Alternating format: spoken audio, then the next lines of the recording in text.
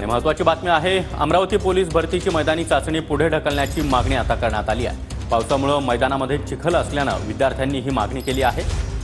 अमरावतीमध्ये पोलीस भरतीची मैदानी चाचणी आता पुढे ढकलण्यात यावी अशी मागणी परीक्षार्थी विद्यार्थ्यांनी केलेली आहे। पावसामुळे मैदान खराब झाले, त्यामुळे मैदानी चाचणी शक्य होत नाहीये।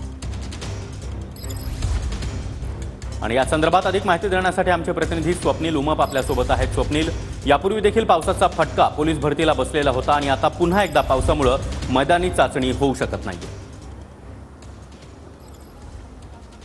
सागर, कुठल्याही क्षणी जे आहे ते अमरावतीमध्ये पुन्हा मुसळधार पाऊस सुरू होऊ शकतो आणि अशा परिस्थितीमध्ये पोलीस भरतीचा घाट जो आहे तो पोलीस प्रशासनाने घातलेला आहे।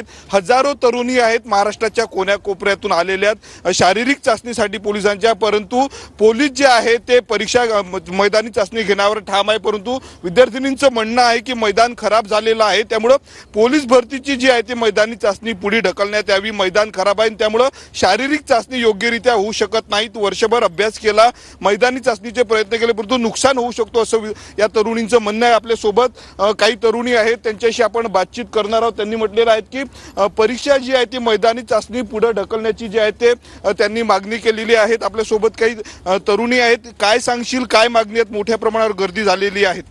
सर, आम्ही इथे 3:30 वाजतापासून बसलेलो आहोत। इथे आम्हाला पाण्याची सुद्धा व्यवस्था नाही आहे आणि पूर्ण जे ग्राउंड आहे तिथे आम्ही फिजिकल करू शकत नाही आहे, कारण पूर्ण ग्राउंड हे ओलं झालेलं आहे आणि ते आमच्या स्टेपिंग सुद्धा तिथे चांगल्या पडत नाही। आणि सर, सकाळपासून उपाशी आम्ही आहे इथं। आम्हाला आमच्या आई वडिलांनी इतके कष्ट करून इथे घाम गाळून इतके आमच्यावर पैसा खर्च करतात, यासाठी करतात का सर? आम्ही 1-2 वर्ष इथे मेहनत करतो, ह्या पाण्यात घालायसाठी इथे मेहनत करतो का सर? आमचा कोणीच विचार करत नाही आहे। त्यांना म्हटलं तर ते म्हणते आम्ही तुमचा रद्द करू शकतो, तुम्ही कशाला फॉर्म भरले म्हणते, असं तसं ते आम्हाला खूप काही बोलत आहे, लीडरगिरी करत आहे, असं तसं बोलत आहे सर। त्यांना पण